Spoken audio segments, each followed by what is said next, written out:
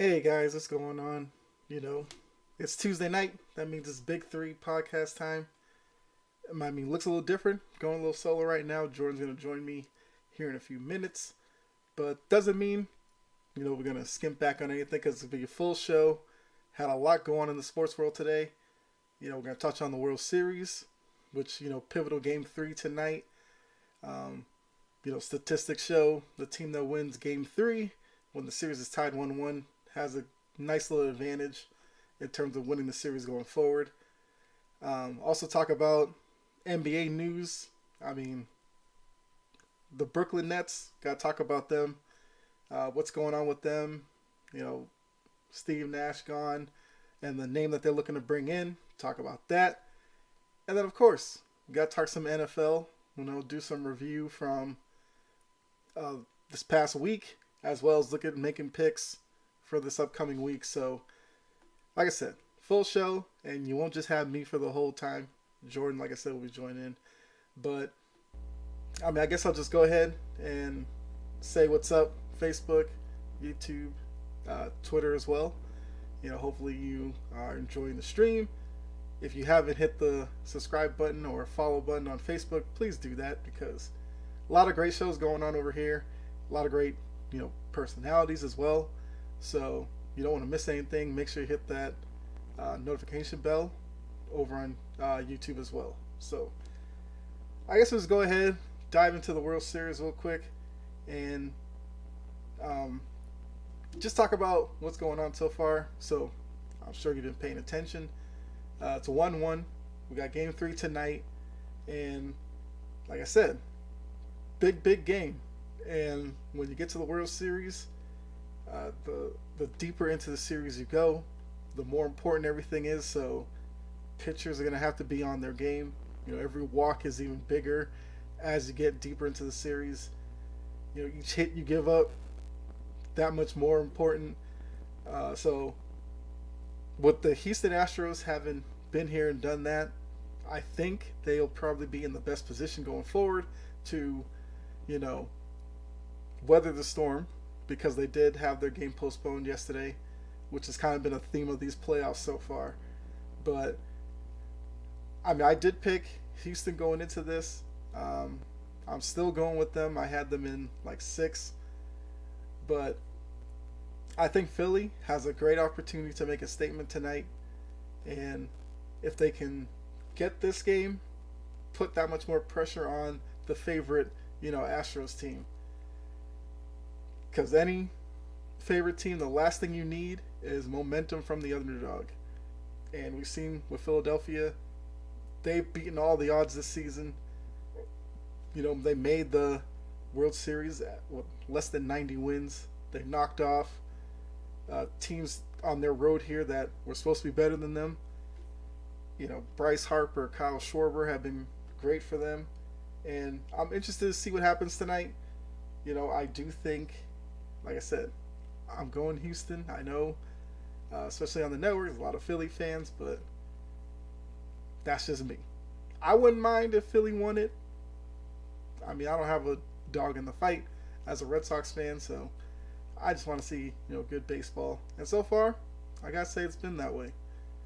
We've seen great defensive plays, we've seen big hits, seen power arms coming into the game. And I think this is good for baseball. You have a team in Philly that people really want to root for. You have a team in Houston that a lot of people, if you're in New York, if you're in Boston, you're not the biggest Astros fan. So when you're tuning in, it gives you a reason to root against them. And I think that makes for great TV. Like I said, baseball should be benefiting from it. Because sometimes baseball has a hard time marketing their game. This is a point in the season where baseball can kind of dominate a little bit. We're still early on into the NBA season. We just got the college football playoff ranking, so that might take a little bit of attention away. But once first pitch starts here in what's like 30 minutes, I think a lot of eyes will be on the baseball diamond. So, like I said, I've got Houston tonight. I'm thinking I'm gonna go 5-3, Houston tonight. Definitely let me know if you agree with that or not. Are you think I'm crazy, and Phillies take it tonight, and if they do, I might have to switch my pick and pick Philly to win it all. But I will definitely be watching Alvarez for the Astros. I think he's the most dangerous hitter on Houston. We know Altuve, Tucker, Bregman, and those guys get a lot of attention, but I just like watching Alvarez at the plate. He's a guy that's got great power. He's also one to come up with timely hits. So Philly's gonna have to minimize the runners on base when he's up at the plate, of course. But also be careful with Altuve. If Altuve gets going, he's like the emotional leader for the Astros. So that's a guy you really don't want to get going. And then the other side, we know it's the dynamic duo Harper and Schwarber that really carry that offense. But I've been enjoying it so far. I gotta say, I was wondering coming into it as a Red Sox fan how I would take to the World Series, but it's been entertaining. I gotta give them a lot of credit. And it looks like the homie Jordan. What's going on, man? No, my brother. I was just talking about the World Series. If you want to go ahead and give your quick thoughts on it. I said I'm expecting Houston to win tonight, but Philly has a great opportunity. The last thing a favorite needs is momentum switching to the underdog, where they could really run with it, and then that just ups the pressure on the Astros to come back and win Game 4. So, what do you think about it? I mean, yeah, it's gonna be a good series. I think it's how 1-1 right now. So I think Game 3 is tonight, I believe, right? Yep. Yeah, I mean, I was talking about this on my other boys podcast at my school, and like saying how if the Phillies can, I think it's 2-3-2, the format. So the Philly crowd's going to be really into it, and if Philly can get to a hot start early, they can they can uh, they can do it. Now I did see a video of I think it was Game 2. I'm not sure who hit their home run. I think it was the Phillies catcher, and he remember that whole thing, huh? Realmuto. Yeah, Real Muto. Remember when Aaron Judge hit that home run when the roof was down, or the roof was up, and it was a pop fly to it was going to be a home run. Now he hit a home run and the roof was down, and he hit a home run. So I don't know if that's a little conspiracy theory right there, but I saw a video of how that could affect the home run ball, because it was the same situation where Tucker had it, but since the roof was down, Mm-hmm. it was had better distance, but since it was closed, the wind kind of affected the ball that game. But obviously my Yankees are out, so but I just saw that home run. I saw an article saying how it was it was why it was like that. But no, I mean if Philly can get off to a hot start, I want my boy Bryce Harper to get a World Series win, or a World Series champion. I want him. I think he's well deserved. Because I mean, we talk about the Aaron Judges, the Vladimir Guerrero Jr.'s, the Shohei Ohtani's, or the Mike Trout. I mean, I think we don't really talk much about Bryce Harper that much, because obviously their team was kind of like 87 and 75, I think. So they really were really in the conversation of it was the Dodgers, Mets, Padres, Braves. Phillies were like that 8th, 9th seed, and they didn't really expect to make it this far. So Bryce Harper, and I think when he hit that home run, I think the other day he was like, I did that. So I think that he deserves a World Series, but it's gonna be hard because the Astros, they got hitters. Altuve struggling, but I mean, if he struggles, Bregman steps up. Alvarez is there. I like that dude Pena. Mm-hmm. But like I said, if Phillies can get to a hot start and get the bats going, um, they can do it. But also, did y'all hear a story that the Astros are using a bat that's not that's illegal. Did you hear about Yeah. that? Mm-hmm. I quickly glanced at that, and I mean, at this point, I wonder if it's just because it's the Astros. People are gonna speculate. Because apparently, Apple, I think the bet that it was Albert Pujols used that bet, and like at the time it was like illegal to use it. And I think no, I think it was one player. I think Albert gave it to one of the players, and he Mm-hmm. used it. But apparently, I mean, I don't know if it's an issue, but I don't know. I gotta look into that. Well, I know they said like I think they're pretty sure they said Albert Pujols gave him the bat, and then they just basically told him to replace it. I'm not sure anything else is gonna happen from that.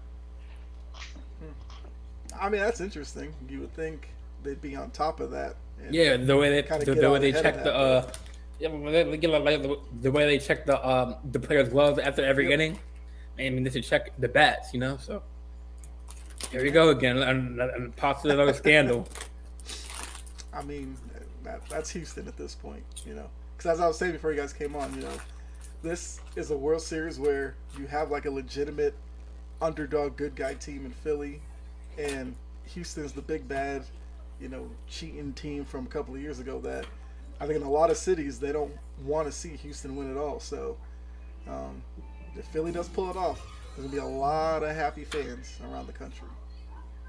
And I'm gonna be one of those happy fans because I'm a Yankee fan, and I want the Phillies to whoop the Astros. All right, Dylan, you got any thoughts on game tonight or series going forward, anything like that?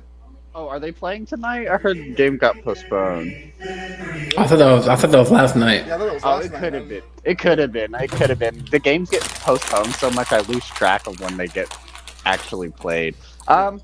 Yeah, I mean, I said it last week. I mean, I said if the Phillies are gonna win games, they were probably gonna start off hot and beat the Phillies and beat the Astros in their home, and they did win that first game. It was a good game. I feel like I had a little bit of questions about the Phillies going into it because it's like the Astros have been super dominant. The Phillies have been beating really good teams. Let's see how they match up together. And the Phillies held their own in that first matchup, especially going into extra innings, which is fairly impressive.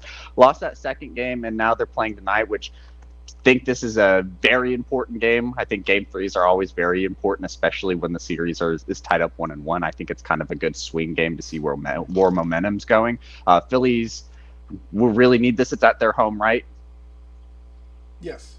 Yeah, so I mean, like the Phillies want to start off strong, especially at their home. They did against the Braves as well. I'm very interested to see. I feel like the Phillies are shocking a lot of people and have a good chance themselves. Yeah, I agree. They've beaten the odds all playoffs. So what's another couple of games to do it all? Exactly. Yeah, so I think with that we can jump into some NBA talk before, of course, we get to NFL at the end of the show. It's just been a crazy trade deadline for the NFL. But Mm-hmm. I guess I'm gonna say that for last. Yeah, definitely going to do that. So, for those of you tuning in, if you didn't see the big news in the NBA, Steve Nash has been fired by the Brooklyn Nets.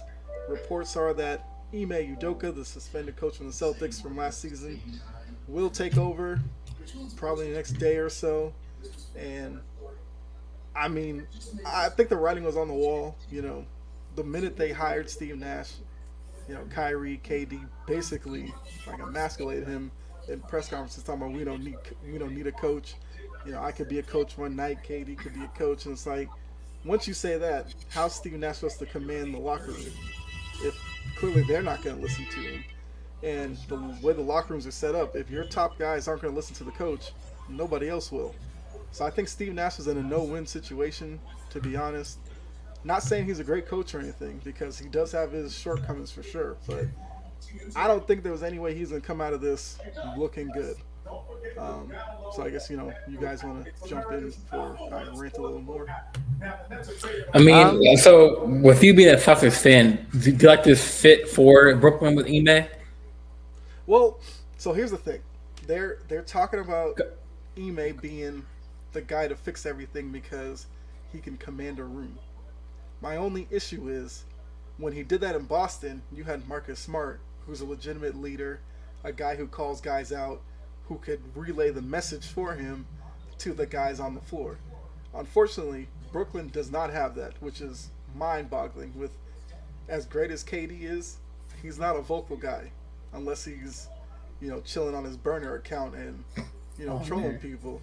And Kyrie, Kyle, you're going off tonight. No holds, I, no holds barred on this show, man. the He whole said thing is, beforehand. this whole That's what he said situation before. makes no sense to me. Oh, shit. Because Kyrie's also a type where he's vocal as well, but when he does stuff, he's vocal and you in try other to question him ways. about it, he's like, "I'm only here to talk basketball," and then we try to talk basketball with him, he says there's more important things than basketball. So it's like I don't understand what's gonna happen with that dynamic, and then you have to throw in Ben Simmons with whatever's going on in his head. He's airballing hook shots and all this kind of stuff, still refusing to shoot. Doesn't want to get fouled because he doesn't want to shoot free throws. So Ime's gonna have his hands, kind of tied. I mean, I appreciate what Ime did last season, but Yeah. but I mean, if the allegations are true, there's no way the Celtics could have brought him back. And I appreciate that they let him, if this opportunity comes his way, go ahead and get one. If Brooklyn wants to take on that backstory and add that to the pile of all the distractions they have at it. What's going on, Coach Dante? How you doing, man? Yeah, I mean, just to you guys pick a bit off of you, I think that, I mean, I guess people were surprised that he snatches off the team, but I'm not surprised. I mean, I know obviously Steve Nash, he's a good player. He was a good player in his time, but Steve, I don't want to endorse other people on here, but Stephen A on his show said that there were other candidates at the time, like Mark Jackson or just another coach who's had experience. I know Brooklyn. I saw what they did. I mean, they had a fan favorite player. Thought that bringing in Harden, Kyrie, and Kevin Durant were gonna do it. To be honest, I mean, with those players, they should have won 2 to 3 championships in that time frame of the star fandom of Kyrie, KD, and Harden. Harden got shipped to Philadelphia. Now they had that two-way combo with him and Embiid, so he didn't want to. I mean, he didn't want to be there. And like you said, Kyrie and KD said, "Oh, we don't need a coach. We can coach him one day." One day I can do it. KD can coach him next. So I mean, I think, like you said, he was definitely on the hot seat. I'm not sure what his coaching record was with the Brooklyn. I think it was negative, right? No, Negative he was one. he actually had had a 94, 97 wins. It was 94 and 65, 94, something like that. Oh. So I mean, He had okay, a really so good record. It's I just mean, that, like he should, the like he should. offseason, Durant had the ultimatum that fire him or whatever. So I guess Yeah, they I went know into the season. Mhm. Yeah, I know Kyrie, had his vaccination nonsense. Didn't want to play last season. I know Ben Simmons, like you said, is afraid to take a freaking layup.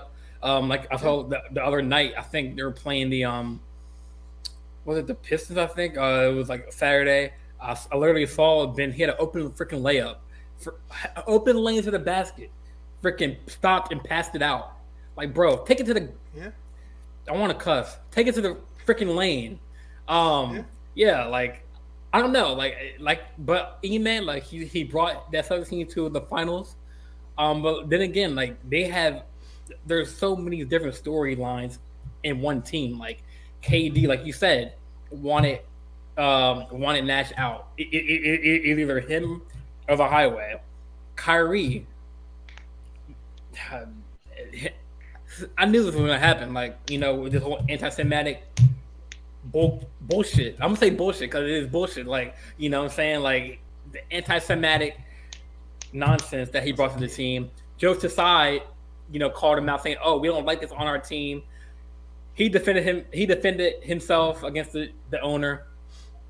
Now he got asked in a press conference, "Oh, did you promote your tweet?" He was like, "No." But the dude was like, "Oh, you put it on your Twitter?" He's like, "Oh, doesn't mean I promoted it." So I'm Kyrie, it's all this distractions. Ben Simmons can't. It's just throwing up dog water shots. I don't know. So Ime, I do think that, like you said, okay, you're more of the insider with the Celtics, so you're a Celtics fan. But I feel like Ime can bring this team together. Maybe it'll take some time, obviously, this season. to get to know the players.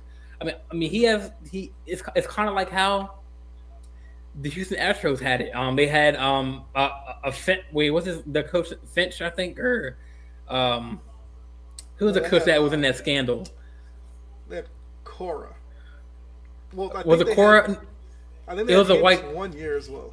It was Hinch. So it's kind of like Hinch. It's kind of like Hinch, how he was in that scandal. He got off the team. Then Dusty Baker came in. You know what I'm saying? So like he has the pieces. That's what I'm saying. So Ime, he Nash out the door. Ime's coming into that Dusty Baker role. He has the pieces like Kevin Durant, Kyrie, Joe Harris. I mean, he has everyone he needs. But yeah, but like when I saw the news about that, I was confused because like obviously there was a scandal with him, like, you know, with the Celtics, and like is there an investigation over with that? How did he get the job with that still going on? Well, I'm pretty sure it was just a team suspension. So the suspension? The Celtics suspended him for a year of being their coach, but the NBA didn't actually give him a suspension. Oh, okay, so it was like an NBA, like, you know, suspension. It was like the more like internal team. Okay, so he was like kind of okay.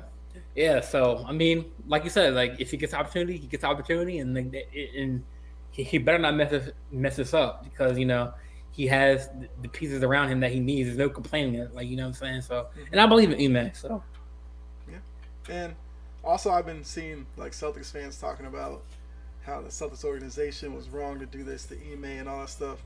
To be honest with you, the minute they suspended him, I moved on from him. You know, they have Joe Mazzulla coaching them, and I'm all fully on board with him. You know, he had his own checkered past back in college, but that was, you know, several years ago. But, you know, at this point, I mean, I wasn't really rooting for Brooklyn to begin with. But this whole Kyrie stuff and, you know, all that, I mean, I want Ime to do well. I got nothing against him. Like I said, I understand what the team did because you can't have him back in the building with other women employees there because that just creates like a hostile work environment. And hopefully Brooklyn, you know, vetted it out. Maybe they talked to some of the women in the organization. I don't know, but I think it's gonna be kind of awkward over there because there's gonna be a microscope on him and kind of his demeanor in terms of behind the scenes with other employees and all that. So it's just going to be a season of drama in Brooklyn, and now they just added to it. Yeah, they really just added to the puzzle. You know what I'm saying? I mean, so, but KD got what he wanted. He wanted Nash out. He got his wish. He's on the court. So I mean, we'll see what happens. And we'll see what happens with the NBA, with the whole NBA and the Kyrie situation. I know that the NBA PA's office came out with a statement about Kyrie's anti-Semitic statement. So we'll see what happens with that. They have to look into it because now we're having fans showing up with, you know, anti-Semitism, and they're literally like sitting front row courtside, and they're heckling Kyrie basically all game. And I just feel like that's going to continue to grow all year. We might even start seeing, you know, boycotting outside the stadium and all kind of stuff. This could get really messy for the NBA, and I think Kyrie probably needs to actually talk about it, even though he doesn't want to, because he likes to manipulate the media. That's what he does, and Brooklyn knew that. KD knew that. KD should have stayed in Golden State. Sure, they call him a cupcake. Who cares? Get your rings, live happy, do the thing. Now you tied yourself to Kyrie, and you're going to have to explain for him whenever he does this kind of stuff, and KD doesn't even want to do that. Dylan, you want to add anything to this, or? Yeah, the thing with the Ime thing is like he's looked at as this like person who's going to be able to control the locker room, but he's looked at that way because he had players like Jaylen Brown and Jason Tatum who are not really super big ego type of guys, at least compared to like players like your Kevin Durant, your Ben Simmons, your Kyrie Irvings. So he's not going into like a same situation. It's not like he's going with some young proven stars. He's going with already established Hall of Famers who kind of have a little bit of egos to them. And it's a lot harder to tell those guys to do something, or a lot harder to tell those guys this is how you want it done, because those are not the same young guys looking to just get big in the NBA. These are already established veterans, and that's going to be something that he's really going to have to take control of. It's different when you have to coach Kyrie Irving. It's different when you have to coach Kevin Durant. It's different when you have to try to figure out what's going on with Ben Simmons. So he's going to have his work cut out for him. But especially with that, he's adding on his own piece of the puzzle, like we said, with his own allegations and stuff like that. He's going to be put under a little microscope, and everything he does is going to be crazy. And it's not like he's not going to get questions from the media unrelated to all those three players. He has his own things to worry about as well that he's going to be questioned. So he's going to have to juggle so much, and he has a lot of personalities to juggle. So he definitely has his work cut out for him. But honestly, this was probably one of his only shots he had to coach. I mean, I don't imagine the Celtics probably would have kept him after the season, especially if they had a fairly decent season this year. He's kind of got a golden ticket, what I would say, if he wanted to coach this year, and he definitely had a good chance with this roster. If he can get it under control and kind of be like that locker room general as a coach, like he was for Boston, this could be good. But also at the same time, it has a lot of chance to blow up, which is very scary. And I don't know, when we get to that trade deadline point, and if this team is just not good or the same issues happen, they could just ultimately blow it up. And next thing you know, you got Kevin Durant wants to be traded for rumors again. Kyrie Irving wants out rumors again. Who knows? Well, isn't KD under contract? He can't leave unless they trade him. They have really, the Nets have KD wrapped up, like, unless they want to let him go, like. Because he's under that 4 year, still that the money work, you can trade him. It's gonna be hard because that's what I'm saying. The baggage that comes with him, and you have to make sure it's the right locker room for him to go into, where nobody's gonna be looking to him to be a leader when he doesn't want to be. That's why I said the Golden State situation was perfect for him.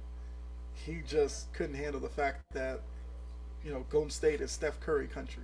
You're never going to unseat Steph Curry. It really is. I mean, Steph Curry is the god. Is a guy who likes to get in your face. KD wasn't feeling that. So, I mean, I don't know. Brooklyn's going to be a major story throughout the year. And, best of luck to Ime. I mean, hey, if you can get them to start playing defense all of a sudden, more power to you. I mean, Ben Simmons has more fouls than points. Let's put that into perspective. He fouls out more than he gets points. So I mean, yeah, and that's literally. But I thought there was stories to my LA team, but Brooklyn has some problems. Brooklyn, we got a problem. Like Houston, we got a problem. Brooklyn, we got a problem. I mean, LA does have their issues, but I mean, we'll talk about that later on in this segment, like, because I don't know if y'all heard the Woj bomb, like the Woj podcast, but we'll get into that. Yeah. I mean, we can get into it now. Actually, get it right now. So I'm not sure Brooklyn, I'm good. Yeah, I'm not sure if y'all heard Woj. So people are not clear about this. Like Woj, yes, he's an NBA insider, but Adam Silver does not pay him the bills. He works for ESPN. So whatever he drops, he's not going to get, tampered with. So I'm not sure if you heard. So on the Woj podcast, he had Miles Turner on, from the Indiana Pacers really Miles Turner just basically said that, like, if I'm the Lakers, I'll take a good eye look at him and Buddy Hield, because obviously he can bring that shooting aspect. He's a good player. And I mean, so, and people are saying, "Oh, can Woj do that?" I'm like, yes, he can do that, because he works for ESPN, not NBA. First of all, yes, he's an NBA. He's like a Adam Schefter. Yeah, he works for ESPN, but yes, he's an NFL insider, so he has a scoop. So basically, see, now if he wasn't work for the NBA, yes, it would be tampering. But since he's in ESPN, he can produce that kind of content. So basically, Miles Turner kind of opened the door, and he'd be welcome. He'd be if they pick up the phone and call Miles Turner, yes, he would be interested in joining the Lakers. So that's that. I don't know the Lakers now. I mean, he did mention that with all these teams, the future is important, and Lakers had those 2 first-round picks, the 27th and 28th or 29th pick or whatever. And so, but Miles Turner basically said that he wants to be a Laker, and maybe Buddy Hield will come with them. So I mean, if I'm Lakers front office, Rob Pelinka, Jeannie Buss, I would be getting on that phone, getting on FaceTime, getting on Zoom, or getting on StreamYard, and with Miles Turner, and work a deal out because obviously he said he can bring that shooting aspect to the game. But now the question is, the reason why the Lakers are kind of waiting right now is because what if, like, first of all, what if they do sign Miles Turner, right, and then Miles Turner gets hurt? Then they're screwed. You know what I'm saying? Because that's another thing. So I don't think they'll go all in just yet. But they should if they want to like start winning games. But that's a risk factor that they get to factor into that. But when I saw that podcast or that little snippet, I was like, wow. So he really wants to be a Laker. Like, he's really in the trade talks. You know what I'm saying? So, I mean, Miles Turner's been a trade target for years now. The amount of years where Miles Turner was connected to the Celtics has been like 4 or 5 years now. And my question is, what do the Lakers have to give Indiana for those two guys? Because Indiana's not looking to take on a bunch of veteran guys. They're in rebuild mode as well. I do think it's kind of interesting that Pelinka kind of said they were going to wait till like December. I was messing around with like a trade machine or something the other day. Turns out, I think Lonnie Walker can't be traded until December 15th. Was he foreshadowing something like that? Because I actually think Lonnie Walker is a piece the Lakers have that other teams would want. He's at least athletic. One of the only athletic guys on the team. So if the Lakers lose him, they're kind of screwed athletically. But, I mean, that's kind of the only way they're going to go. They're going to keep floating out Russell Westbrook, but at this point, Westbrook probably gets you a second-round pick or something. I don't know. I mean, Dylan, if you were Indiana, who from the Lakers would you want to give up Turner and Hield?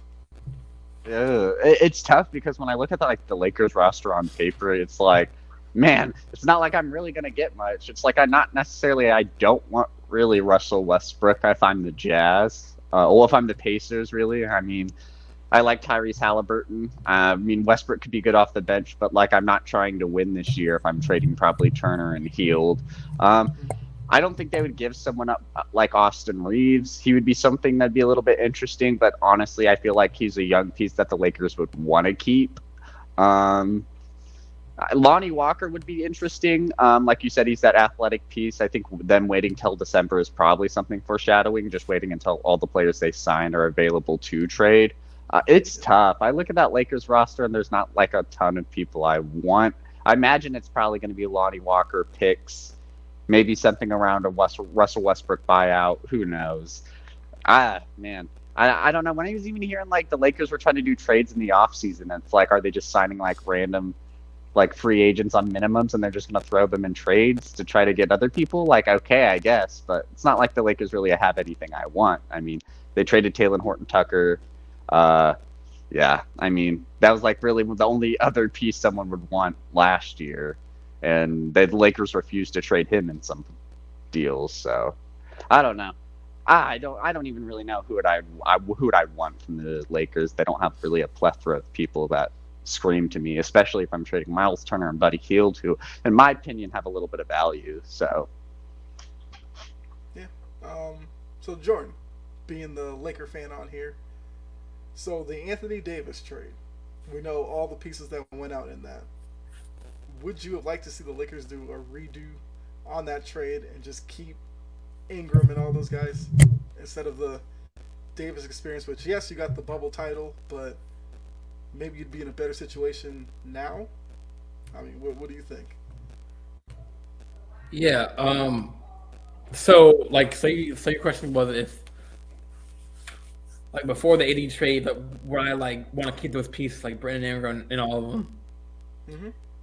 I mean, I see now if I mean, AD, you got a title out of it, so right. that's that. But That's now that. you're kind of in a dead end here I where don't know what my audio is freaking.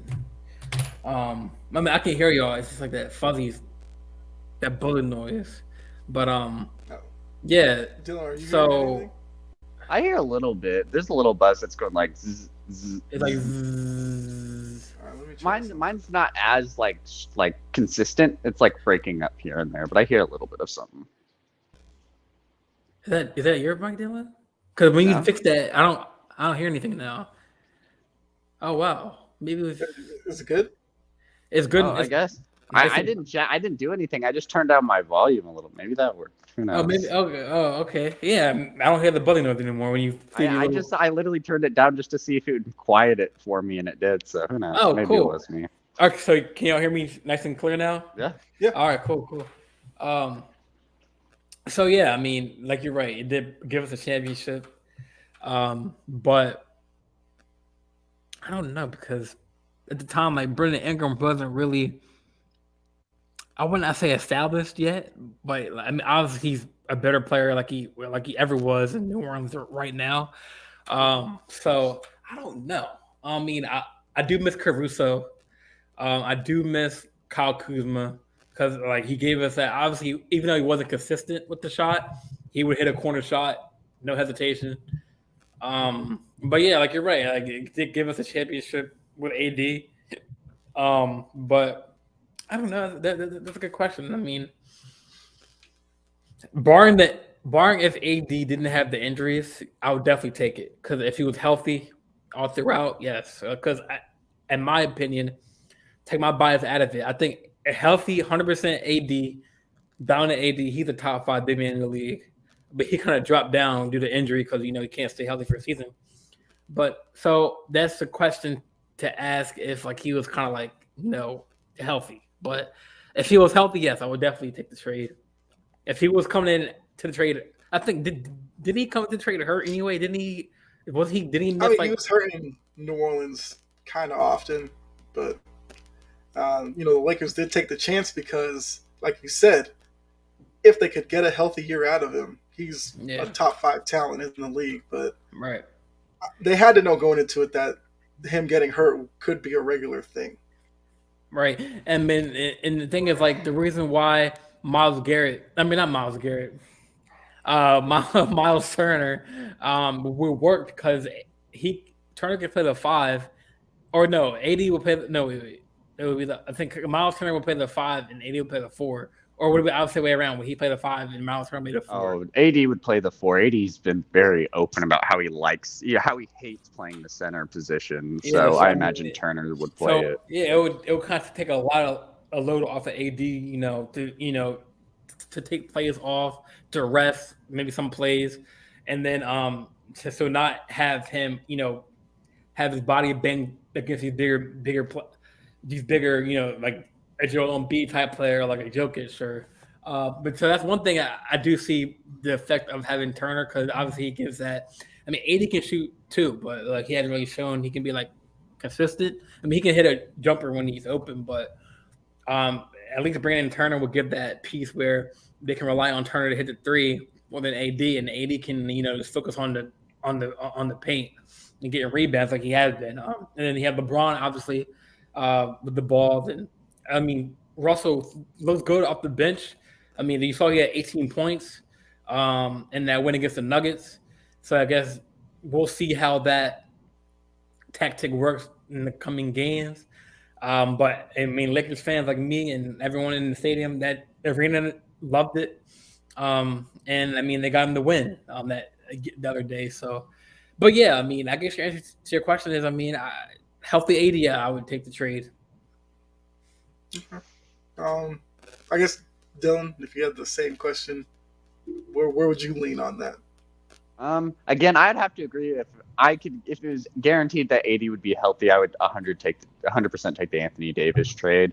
Like, regardless, I mean, granted, it won him the bubble championship. It still won him a championship, regardless. I feel like if you had him healthy, it would have changed a lot, especially even like last year and the year. Like, just they had healthy players, it definitely changes a lot. And when you have your healthy superstar, it's definitely going to change a lot. With that being said, since he's not, it kind of puts it in question. I mean, like, Brandon Ingram has been playing really well with his role with the Pelicans. So it's like, could he have blossomed to that star even if he stayed with the Lakers? I mean, that's some things you have to think about. The amount of picks they gave up, they could have used those picks to piece together someone else with Brandon Ingram and LeBron. for example. And maybe they could make it easier to get like Miles Turner and Buddy Hield and a different point guard, something along those lines. And that roster could be a lot better than what it would be now, maybe with just Anthony Davis. And then if they can get like Miles Turner, maybe, or Buddy Hield or both, it changes it. I don't know. I would still have to go with keeping the trade, like still doing it, just because I still want to believe in Anthony Davis. He's had his injury problems, but when he's healthy, he's one of the top power forward centers, one of the top big man. I don't know what position class you'd want to identify him as, but one of the top big man in the NBA. And I feel like that's not something you can forget. I feel like if he can stay healthy, you would want to keep him. And I still feel like he still has some good years within him, and just all about that health. So I think I would still do the trade, especially since they got a ring out of it. Maybe if they only got to like a conference championship, maybe they lost the finals, I'd change my mind. But since they got a ring, I'm going to stick with it, because there's no telling if Brandon Ingram was going to give them that ring anyways. Yeah. I mean, I can see both sides, but yeah, you got a title out of it.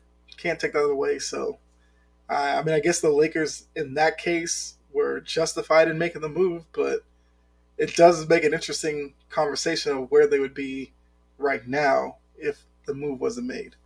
But yeah, so I think now we can jump NFL, since we kind of started a little late, keep the show going here.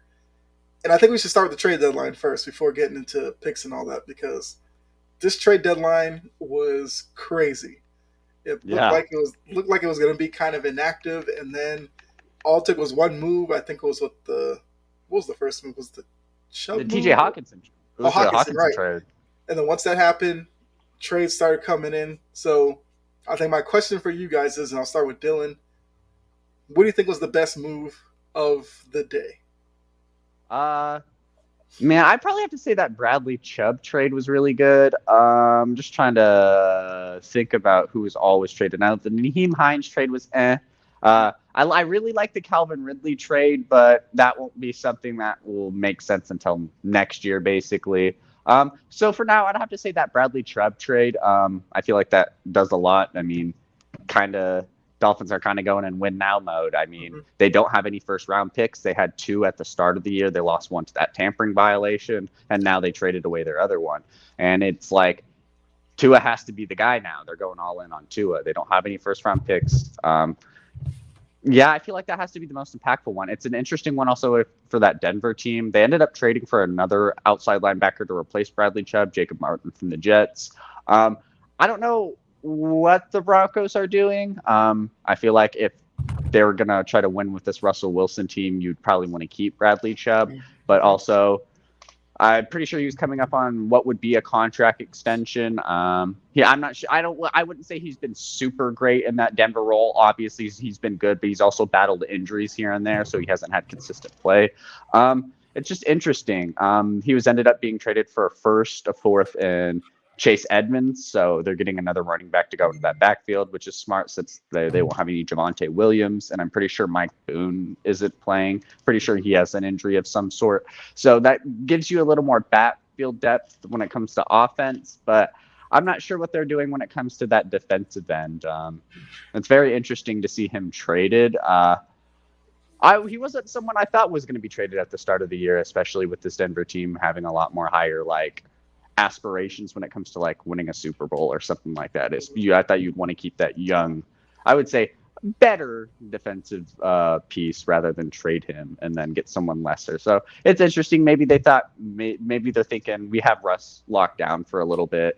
How about we just kind of see where this season takes us, and then now we have a first round pick, which we didn't have before, because that's what it took us to get Russell Wilson, and they'll maybe retool up in that draft if they can't do good. So it's interesting, but I feel like that's one of the bigger traits for me. Okay, Jordan, same question.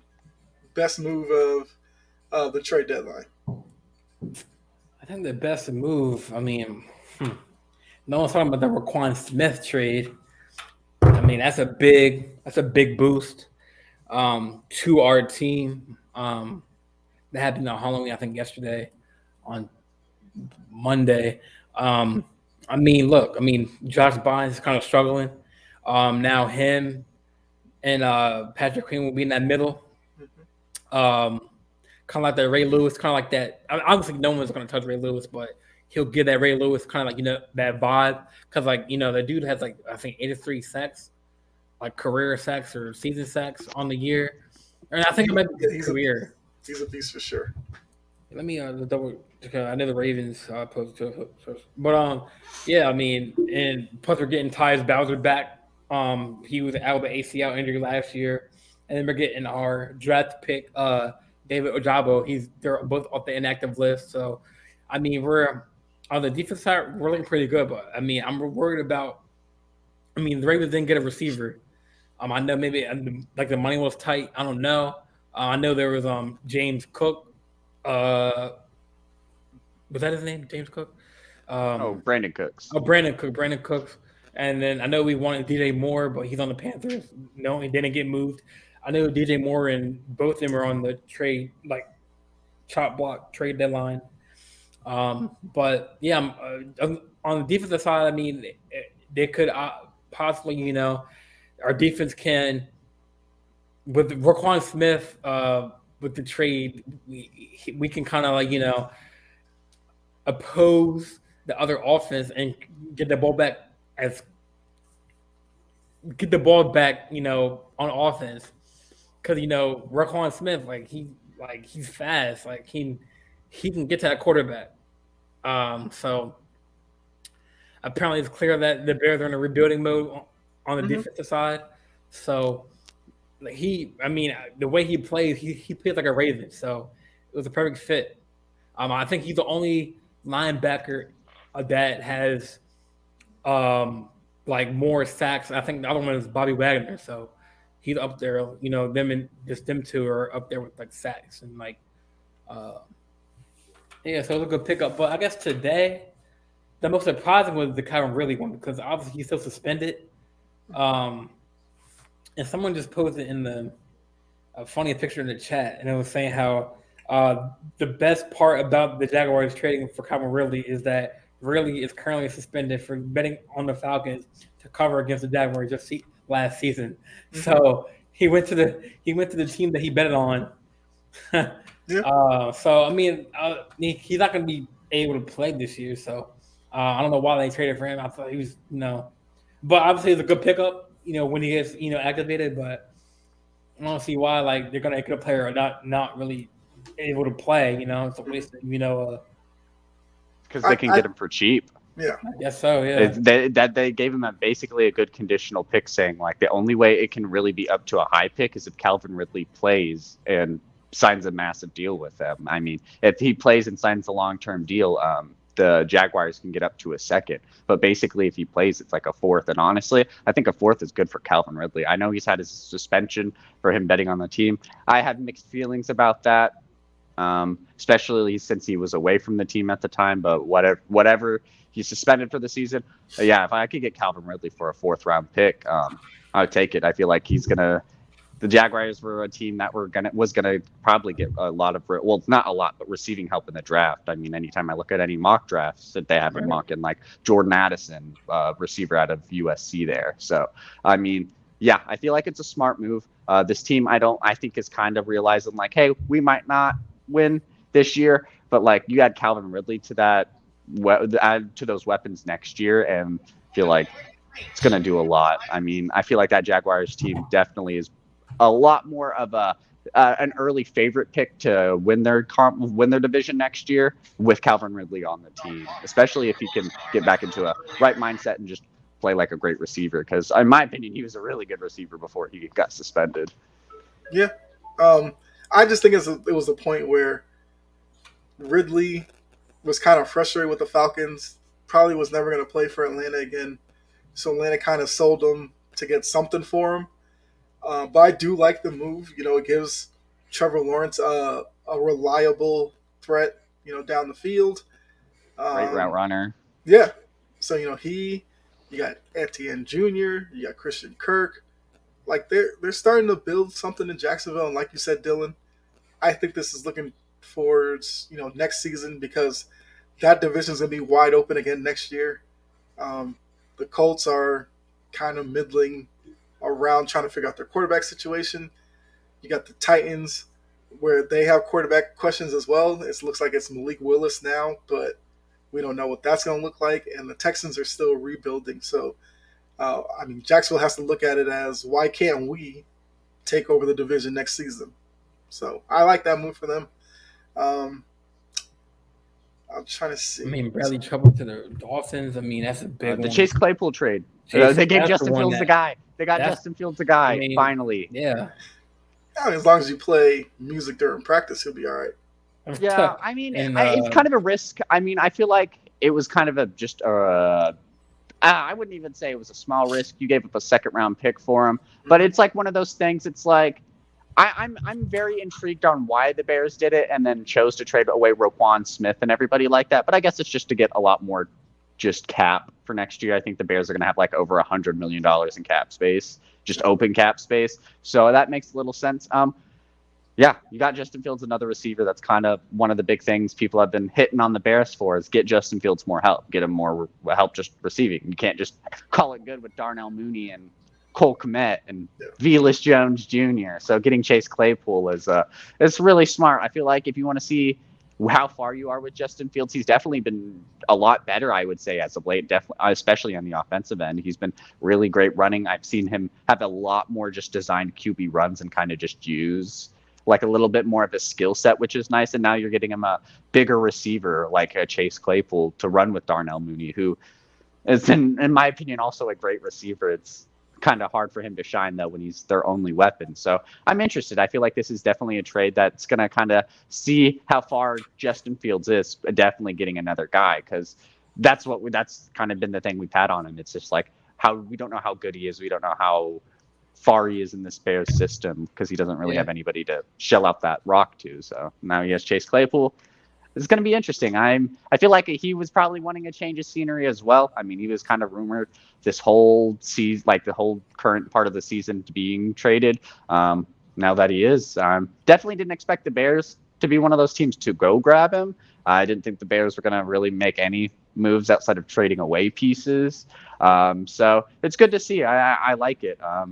Yeah, it's a good trade. I have to see that one. Yeah, the only thing I see like with the Ravens is like, so like I believe that Roquan Smith Lamar is playing on his final year, and I think Roquan is playing on his final year too. So I mean, obviously Lamar is franchise quarterback, but I mean, when it comes to all season, I mean, the question is Roquan Smith just a 1-year rental, or do the Ravens want to keep him long term? So I mean, they could sign Roquan to a long term deal and then franchise tag Lamar. I think they can do that for 2 years, but that's a question that Eric DeCosta has to make on the offseason, because like they're both playing out their last, and both players don't have an agent. So I think Roquan is agentless, and so is Lamar. So it's gonna be interesting to see like how much they can divvy out. I know Lamar is actually for like probably more than Watson's, like 250, maybe like 53 guaranteed, or million guaranteed, or something in that ballpark, or something like that. Probably even more than that. So then they got Roquan, 2-time Pro Bowler. I mean, I don't think the Ravens want to keep it for 1 year. They want to, I'm assuming they want to help. They want Roquan to help Patrick Queen out, because obviously he's young and he can obviously learn from Roquan. I mean, he's still young. He's 25 too. So like, it sounds like Roquan is like an old head. He's still young too, 25. He's a year older than me, actually. That's kind of crazy. So, yeah, I mean, but yeah, these trades have been crazy. Claypool to the Bears, Chubb to the Miami. A lot of even the Panthers with the McCaffrey to the San Francisco. That was, I mean, he's going off. So, like you said, that'd probably be my crazy day. Yeah, that'd probably be my best move of the trade deadline, was the McCaffrey move. I think, once again, he's another guy with injury issues. If he can stay healthy, I think he unlocks a lot with that 49ers offense to match up with their defense. Did you see that pass he made Sunday? If he can do that, man. Yeah, it gives Shanahan options between he and Deebo Samuel for gadget plays and all that kind of stuff. So I'm interested to see how Shanahan uses him, week in and week out. But yeah, it's gonna be interesting to see who comes out of this trade deadline and kind of ups their level and makes their trades from today and this week worth it. But let's go ahead look at week 8. Once again, I'm not gonna go through all the games because, like I said, starting late, we'll get through this. I did have a question for you guys. Both New York teams lost this past Sunday. So who would you say is in a little bit more trouble of seeing maybe this start a slide, and who do you think can rebound from their loss this past weekend? Let me go to the. Let's start with Well, I'll start. The Jet. Looking at the Jets, the one big problem going in, like, this is a Jets team that's so far exceeding expectations. I even think after a loss, no one kind of really expected him to be in this 5-3 range. Zach Wilson. Well, that was kind of the big question going into this Jets team. Zach Wilson, how was he going to play? He ended up starting off a little bit injured. Joe Flacco took over, and he played well when coming back from injury, but this has kind of been his first game back where it's like, oh, this is Zach Wilson of old. He made mistakes. He kind of threw a couple bad picks. Man, it just depends on the play. I feel like this Giants team is, I don't know, they have a lot of questions. I mean, my Seattle team beat them. I didn't get to watch the whole part of the game. I ended up having to go to work, but I watched the second half end. I'm gonna say, I'm gonna say the Jets because I feel like they're well more equipped to. I feel just roster wise. I feel like they lost Breece Hall, and I said it last week. It's gonna kind of hurt them. We got to see how James Robinson's gonna fill into that role. But I feel like roster-wise, the Jets have been doing a good job at trying to go with the narrative that they're a winning team-ish. I mean, if they didn't think they were going to be good at any point, they wouldn't have traded for James Robinson to replace Breece Hall at that point. They would have just been like, man, we'll stick with Michael Carter, and when he comes back, we'll have a way better team for next year. But this is a team that feels like they can compete a little bit, and they're doing good. It all just depends on Zach Wilson's play. I'm going to stick with the Jets just because I still think Michael Carter's great. You have Denzel Mims, who's young. They have great receivers. They didn't trade Elijah Moore, so hopefully they can get him more involved. Just matters on Zach Wilson's play. And right now I'm just going to go with the Jets based on roster-wise. The Giants are going to still have to go up against the Eagles and Cowboys remaining this season as well, too. I feel like, I don't know.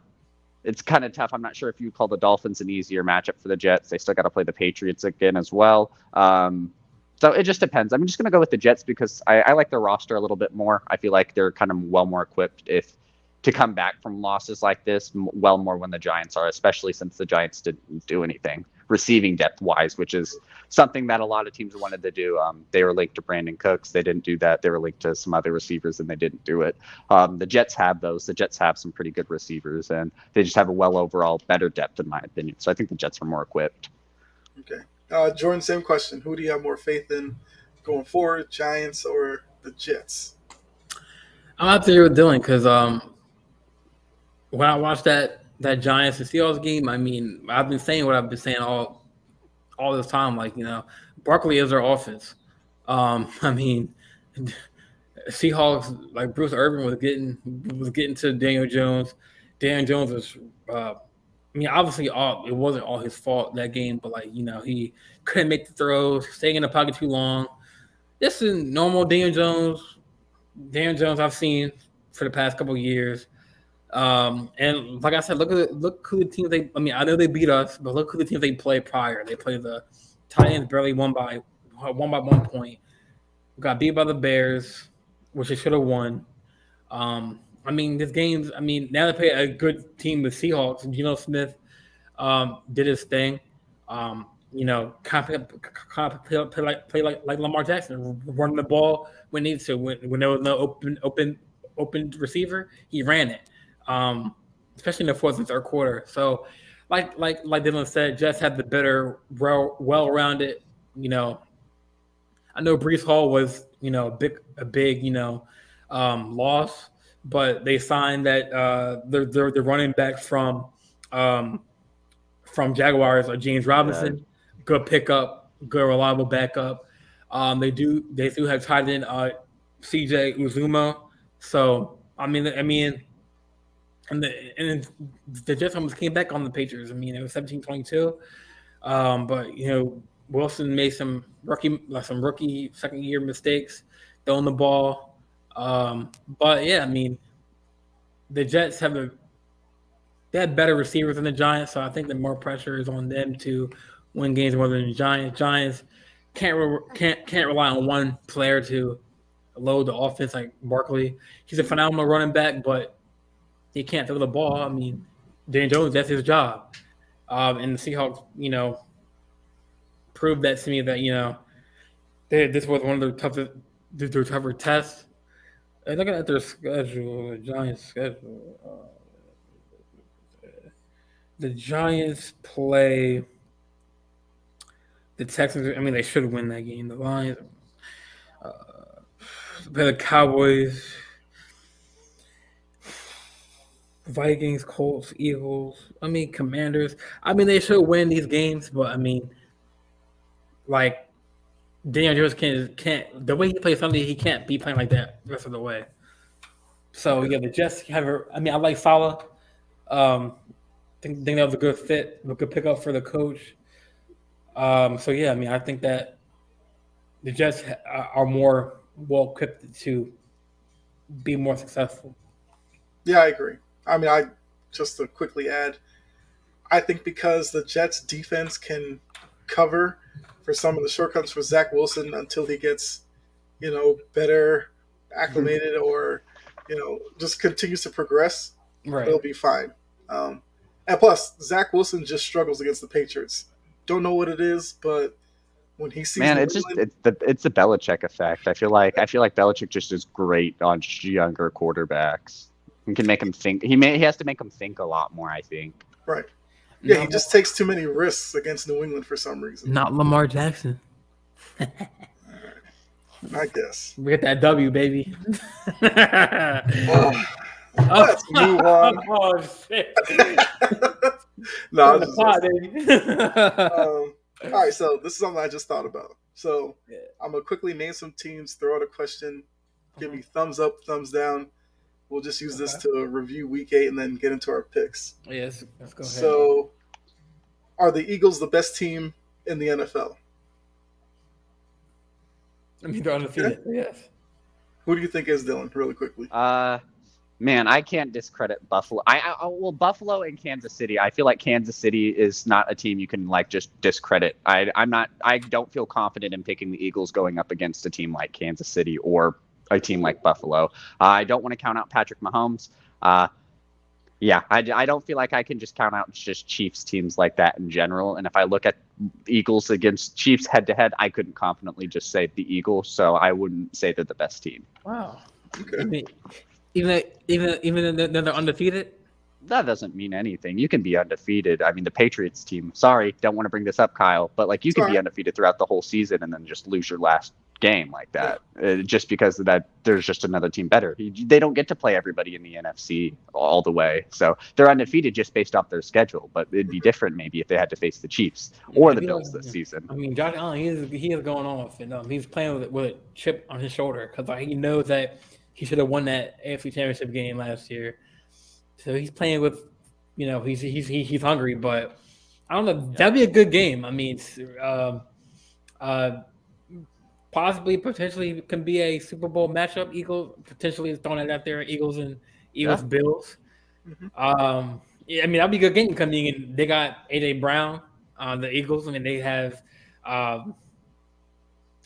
their receiving corps. They got their receiving corps. So that'd be a good game.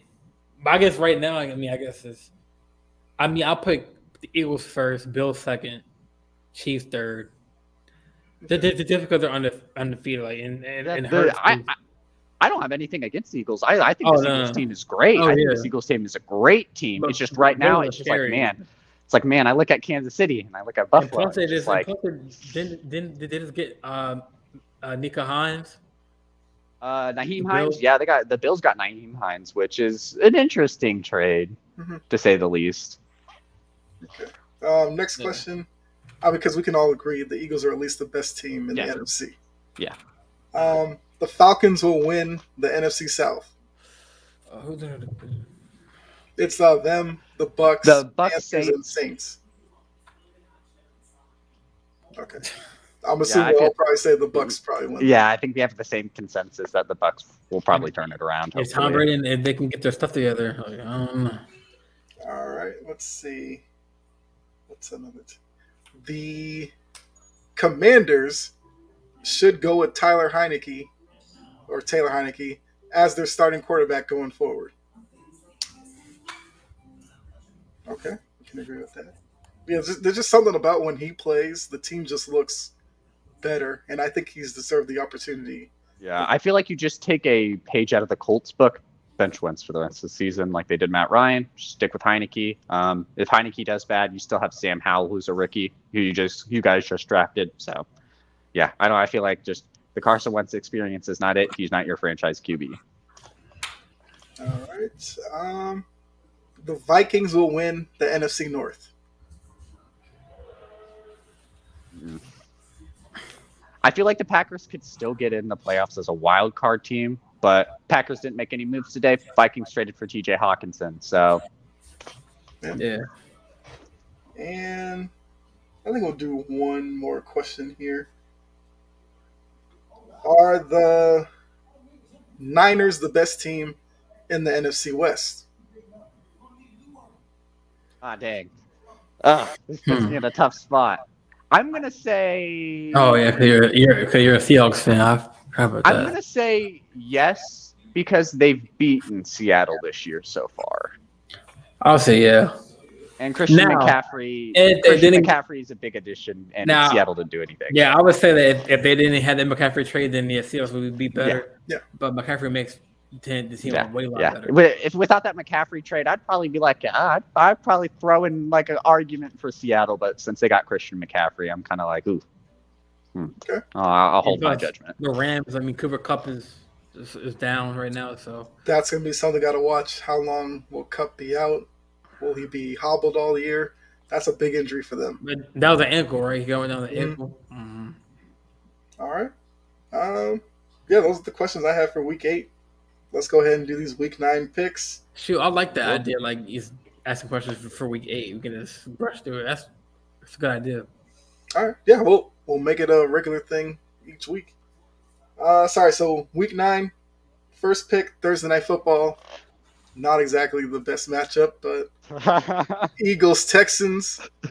Who do you have in this one? I want to say we'll probably all say Eagles. Yeah, the Eagles. I don't have to really make an argument for it, but yeah, the Eagles. What's up with the Texans not trading Brandon Cooks real fast? Like, it seemed like it was like imminent it was going to happen. He was liking tweets, and then even afterwards, Cook was like, the Texans are kind of playing with me. I have no idea what they're doing. It seemed like the right thing. You know, he's a guy that's not going to help you win this year. Move him out. You're still basically rebuilding. So, Brandon Cooks is like forever on the trade block every year. That's a name that always pops up. And he's a really talented wide receiver. I don't know why he just can't stick anywhere. I guess compensation probably is what I just had to boil down to. But even still, like, if I'm the Packers, trade a second-round pick for Brandon Cooks. If that's all the Texans wanted, all the Texans wanted was a second, do that. Like, I don't care who you are. You trade a second for Brandon Cooks, especially when, like, you have Aaron Rodgers who needs receiving help. And I'm not a Packers fan, but I have a lot of bad things to say about the Packers right now. That's a move that if they don't make the playoffs, people will look at that and say, second round pick, you could have fixed some of your wide receiver issues. Who knows what that would have done. I'm sorry, but whatever receiver they could have potentially got with that second round pick, I don't think it's going to be better than what Brandon Cooks would do as a win now player compared to what that rookie would have done. I agree. Next game. Sunday night. Titans, Chiefs. Both teams are 5-2, but 5-2 looks completely different with the Chiefs than with the Titans. So I'm going Chiefs. You going Chiefs? Chiefs. I mean, are we all going Chiefs on this one? Yeah, I'm going Chiefs on this one. Derrick Henry looked good, but Derrick Henry looked good against the Texans. I mean, Right. his last 4 games against Yeah. the Texans, he's averaging, I think they said, like 223 rushing yards. So I don't think he's going to be able to do that against the Chiefs. He still could rush on the Chiefs. The Chiefs have been known to have a kind of a lesser rushing defense. Yep. But outside of that, I mean, I don't think he's gonna really pop off for 200 yards like normal. So can we I go like this week on this show? Can we actually like make a record of like our picks? Cause we can definitely like Yeah. like not saying I will lie, but like say if I pick the Texans, you're good. Like say Yeah, we can do that. say if I pick the Texans to beat the Philly, right? And then next week, no, I picked the Philly, but no. On record, I have. Yeah, I got you. I got you. Yeah, I'll go rewatch it and like rewatch after we're done, and then I'll get everyone's picks and like put it down. And then kind of make a record of like starting. Yeah, like just before we start off on our picks, we can be like a recap of last week. Like for example, I was getting into got my lock upset in Thursday night. Right. I know it's kind of we're like midway through the season, but we should have been checking our pick'ems on week 1. But it's definitely an idea. I mean, it's definitely something that next season we could legitimately keep track of and all that. And then maybe have a little prize next year, like whoever has the most ones right gets some money or gets a gift or something like that. Or something. I mean, have something year long pool. That's definitely make it interesting. Yeah, we can do that. This might be another game that will be a consensus with. Ravens Saints Monday night. Are we all going Ravens? I'm going Ravens, but let me see their money line. It's actually Ravens. Ravens are 3-point favorites. Yeah, we'll see if Raquan Smith play. I think he does play, and then I think Deshaun Jackson. He might play after the bye week, but yeah, I'm excited to see if the Ravens bring back or kind of like slowly bring back Bowser and like play Ojabo, because they're talking about Ojabo not playing at all this season, like with this Achilles tear. Mm-hmm. So that's big that he's off the IR. So I mean, I'm taking the Ravens. Even though, like every time I pick for them, that they lose. Like, but we'll see. I do want them to win their own prime time again. So I think they're in New Orleans, right? This game. So Yep. Okay. So Baltimore for sure. All right. So now we'll start with you, Jordan. Your upset and your lock of the week. Who you got? Look at the schedule. So my lock, I'm gonna kind of say the Eagles. Yeah. I mean, the Eagles 14-point favorite, two score favorite, so that's easy for me. I'm going the Eagles. And my upset, man, I can see the Falcons upsetting the Chargers. Okay. They are. I mean, I know they're 4-4 of the Falcons, but Chargers are 4-3. Chargers are a 3-point favorite, so it's not that by much. Mm-hmm.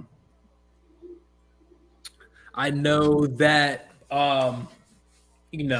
with London Drake, Cordell Patterson, them boys can get together and pull an upset. Okay. Dylan, who you got? I'm gonna do my lock of the week. I'm gonna go the Patriots over the Colts.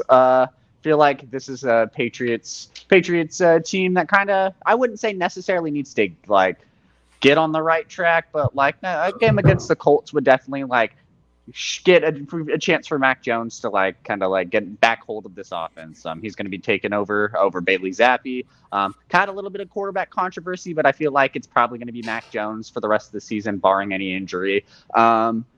Just feel like this is a Colts team that's went forward with Sam Ehlinger. They traded one of their other offensive weapons today, and Nyheim Hines. Jonathan Taylor hasn't looked super great. He's also kind of been battling injuries. I feel like this is a game. Colts are always kind of that sneaky team that will just play good randomly some weeks, so they could keep this as a close game. But I think the Patriots should have this. And for an upset, thinking about upsets. I mean, there's games that can go either way. Like there's so many games. I mean, I'm gonna go. Oh no, I can't pick Seattle. I'm swearing off picking on Seattle until we lose.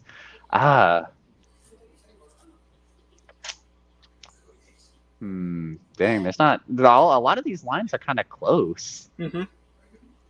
Gosh, I guess. I'll go with, I guess, the Panthers over the Bengals. It's tough to kind of pick an upset pick, but I mean, the Panthers played well against the Falcons. Arguably should have won that game. DJ Moore had that late Hail Mary penalty. Don't like the penalty, in my opinion. There's an NFL rules expert who said he was like studying for hours, and he also agrees that there shouldn't have been a penalty. But regardless, it happened. PJ Walker's looked good. I mean, the team said they're going forward with him as the starter, and Baker Mayfield's kind of accepted as being that backup. I mean, they've been playing well. Deonta Foreman has been playing great as a running back. Traded Christian McCaffrey, and it seems like they've gotten better on offense. I don't understand how that works, but of course, PJ Walker is the new quarterback behind there. I could see the Panthers definitely like having a shootout. Bengals definitely struggled not having Jamar Chase on the team. They kind of had that Monday night loss against the Browns. They didn't look super good. So maybe Panthers start off hot, and Bengals still struggle not having Jamar Chase out on the field, and they can get this one done. All right. So for me, my luck, I'm going the Dolphins over the Bears. I mean, I got to give Tua a lot of credit. He's come back from, the concussions, and he's looked really well. The Bears have played a little bit better the past couple of weeks, but I don't expect them to hang with the Dolphins for 60 minutes and get that win. So I'm going to go with the Dolphins as my lock. My upset, there's a game that's screaming out to me. I'm going to go on a limb with this one. I'm going to take the Commanders over the Vikings. Okay. I like that. I mean, I'm a big Vikings guy because I'm one of those who can kind of be a Kirk Cousins apologist, but I just think Heineke has that special magic, and Terry McLaurin is balling right now. So I think they actually pull that upset. I like it. Yeah. I like it. See, I was thinking that game, but I was thinking that game from an upset, but it was just like too tricky, Mm-hmm. And go either way. I like both of your guys' upsets. I like that Falcons Chargers game. I really think the Falcons could do that, and then I like that. I like the Commanders upset as well too. I'm not a person that's ever sold on the Vikings. Like the Vikings could be literally 15-1 or 16-1, and I'd be like, oh, Kirk Cousins, quarterback. Right. You never know what you're gonna get out of him. Right. Yeah, I like that. I like that upset. All right. So now we get to our final thoughts, and as I put in the group chat, I think we could use this time to talk about college football playoff. The rankings came out. I don't know if you guys have seen it. I was looking at it a little bit, and it looked pretty same as the AP poll. Like the first 7 or 8 were the exact same, weren't they, as the AP poll? Like TCU was ranked 7, Alabama 6. Mm-hmm. I didn't see the top 4 or 5 yet. So basically, it's Tennessee 1. Oh. Ohio State 2. Georgia 3. Clemson 4. Michigan 5. Alabama 6. Okay, Tennessee at 1 is interesting, especially since Tennessee and Georgia are playing fairly soon. Alabama is in for right now. What? Alabama would be on the outside right now. Yeah, they'd be a New Year's 6 team. I'm not sure if I agree at 10. I mean, I honestly, now looking back at it, Tennessee's been playing very great. They've been a very good team. Them being at 1 is a little bit shocking. I feel like they would have just gave it to Georgia, especially since they're the reigning national champions. That being said, they play each other soon anyway, so whoever is the better team will shine, and the right team will get that number 1 spot. If Georgia wins that game, Georgia will just take that spot easily. I think even if Georgia beats Tennessee, they'll hop Ohio State for that number 1 spot. The top 4 is kind of what I expected: Georgia, Michigan, Ohio State, Tennessee. Then having Alabama and Clemson on the outside in. TCU is another team that's going to Clemson's in. Okay. Clemson's so is Michigan's 5. Ooh, okay. I mean, I guess that makes sense. Maybe. I don't know. It's always weird at this time because it's like those teams don't play each other until it really comes down to it. So it's like you never know who's really going to be better. Because like college is so weird with me because it's like you could look at these 4 teams and it's like only 2 of these teams are actually like really good. Like they played one of those teams played this team, they're going to get the break speed off of them, and that's kind of what we usually see. So interesting. I guess time will tell. I like seeing Tennessee at 1 though. It's kind of a surprise. Yeah, I mean going forward, Tennessee and Georgia, I believe, play this weekend, so that's going to sort itself out. I thought it was this week. But I wasn't 100%, so I was like, they play sometime. Yeah. Ohio State, Michigan play final week of the season, so there's a good chance both those teams could be undefeated at that point, so that will sort itself out. Clemson looks like they'll probably win the ACC, so they'll probably... Hey, that's not sure. My Tar Heels could have something to say about that. We're 7-1. Clemson is not a super great team. I mean, I would say Clemson is good. They benched DJ Uiagalelei. I'm pretty sure for the rest of the season. Pretty sure it's Klubnik's team, but North Carolina has a chance. Okay. So if Alabama, they play LSU, Ole Miss, Austin Peay, and Auburn. So, I mean, they really have to win out all 3 games to get into the playoffs, or? Oh yeah, well no, they'd have to win out and win the conference championship. There's no room for error. If Alabama plays bad against Ole Miss, like that's going to be in question. I think they didn't play last on Saturday because they had their bye, I believe, so they had their last 3 games. I mean, Alabama loss to Tennessee is going to factor in. Now, luckily, Tennessee and Georgia are on the same side of the SEC, so Alabama should get to the SEC title game. But like Dylan said, they don't want to go to the SEC title game. So who would I want to root for? I guess to win that game, Georgia. I'm going Tennessee. I do not like Georgia. Well, I'm saying like for us to get in, what team should I root for in order for us to get in? I guess that game. You would probably want Georgia to win. You wouldn't want to have a Tennessee team that has an Alabama win and a Georgia win. Yeah, that'd be a lot more. That'd be a lot more scarier. If Tennessee would lose the conference championship, I feel like a 1-loss Tennessee team, with it being maybe Alabama, but still having wins against Georgia or something like that, could get in. I don't know. It just depends because you guys got to be Ole Miss.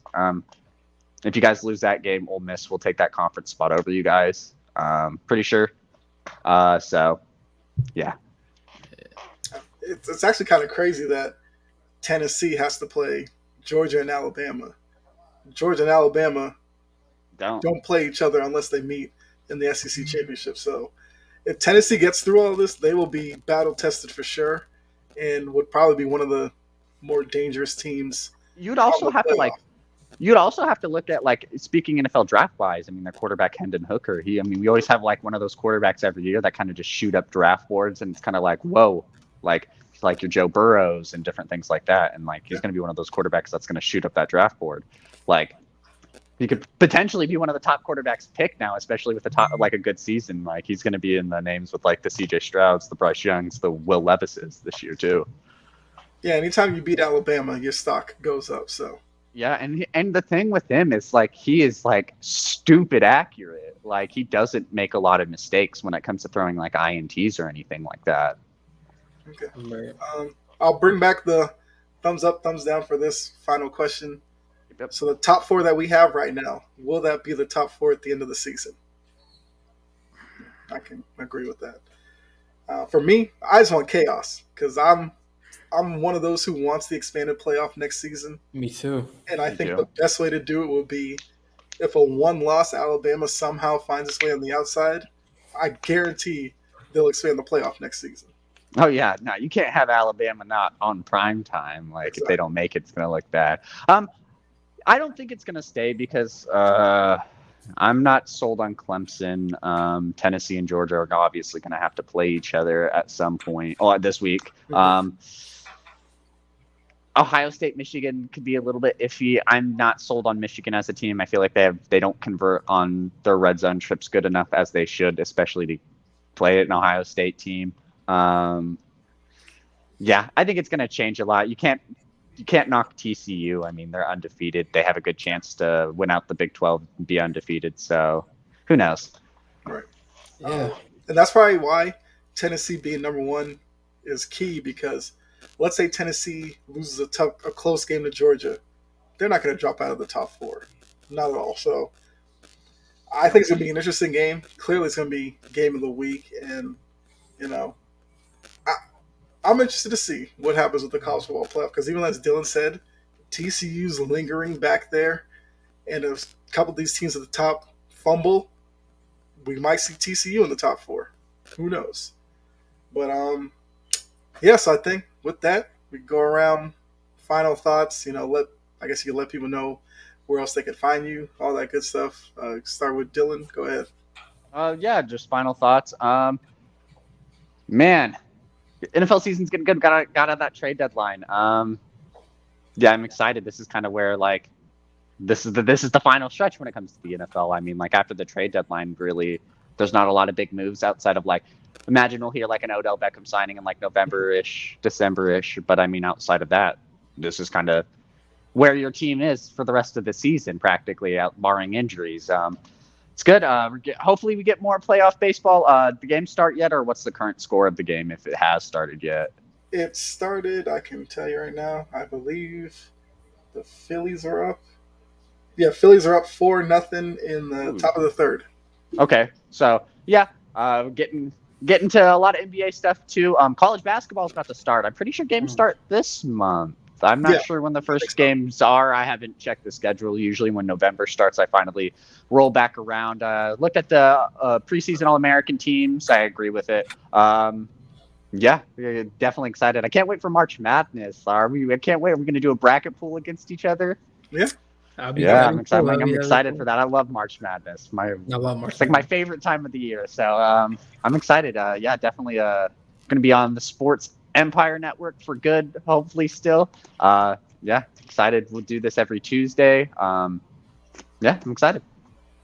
Oh, what other shows do you do? I do the Sunday morning drive. Every morning on Sundays. Basically, we just go over the all NFL stuff in the mornings. That's the only show I'm on currently. I'll be popping in, helping out, and doing different shows when people ask me to here and there. Sometimes I'm on the Saturday college show, but mainly the Sunday morning drive, and then the Big 3 podcast on Tuesdays are my main 2 podcasts to find me at. All right, Jordan, go ahead. Yeah, just like what Dylan said. I mean, I feel like like the NBA, after the All-Star break. I mean, that's your team. Let's do you get a player off the buyout market after the All-Star break, just like the NFL. After that deadline, that's kind of like that's who your landscape of your team looks like. So I mean, there's college football to watch. Basketball is starting up soon. NBA is still young. MLB's winding down.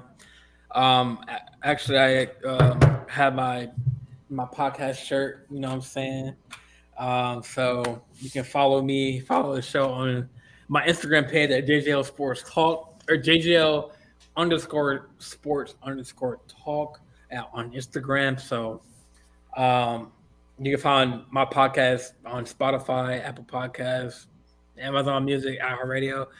Also, my boy Kyle Edwards is on there. So and obviously I'm on here. The big dog. I mean, not the big dog. I mean the big 3. I think the big dog announced that's a Saturday show, right? Yeah, big dog's on camp. Yeah, big dog. Saturday. So the Big 3 podcast. Love talking about sports with y'all, man. But yeah, I mean, we're on the Sports Empire. I think we're back on the Sports Empire YouTube channel, Facebook channel. So every Tuesday, back to our normal streaming services. Yep. And we're also on Twitter as well. Sports Empire. Oh, okay. For real, we're live on Twitter too. Mm-hmm. Oh, that's new. Okay, cool. So you can follow us on that's Twitter. Added. So yeah, that's added. Is it called the Sports Empire on Twitter? I guess or Okay. So yeah, we're on Twitter now, and yeah, I mean we're just looking to expand. I know we're getting some new faces to the network, so definitely when those podcasts are up too, support them. But yeah, Freddie and Key has put on a good team for all of our shows, and let's keep on putting out content. Yeah. And then for me, obviously find me here, Big 3 Podcast with the crew. I also do Thursday night pregame Pigskin with Gene and Godfrey, so you can check that out. That's a great show as well. Oh, Appreciate that. We get you ready for Thursday Night Football, and we literally take you up to like the minute of kickoff, and we get out of your way. As Jordan said, JJL Sports Talk Show with him. Yes, sir, man. I have my show chomping at the bit. I don't do like live episodes or anything like that, but you guys can definitely check that out as well. But yeah, and as you guys also said, make sure follow Sports Empire Network Twitter, subscribe on YouTube, follow on Facebook, and as we also said, a lot of great shows, a lot of great personalities, branching out. So get in on the ground floor because it's a rocket ship right now. But, yeah. Also, if you if anyone or if y'all want to get a shirt, I got my link on my Instagram, my link tree. It's the first site, or it's the first link. Anyone who wants to. I mean, I'll definitely drop the info on Friday too with JJ Sports Talk Show. But yeah, I mean, I got the shirts. I think you can do black or white shirt. I think got some sweatshirts coming in. I got my sweatshirt I ordered for myself, so I can wear it around and see if people like it. So got long sleeve women's attire, men's attire. So definitely, click that link when you follow me on Instagram. That link tree in my bio, and it'll direct you right to the store. So merch is on the way. So yeah, we should get some Big Three podcast merch. Like, I think Key said that we have merch for Sports Empire Network. I'm just not completely sure of the website. Otherwise, I'd plug it. But for the next episode, I'll make sure to plug that. Yeah. I mean, we shouldn't have to pay for the shirts. We could do this just for free. Well, I mean, I just think it's something that they're getting up and going. So yeah. I don't know all the details. That's why. Right.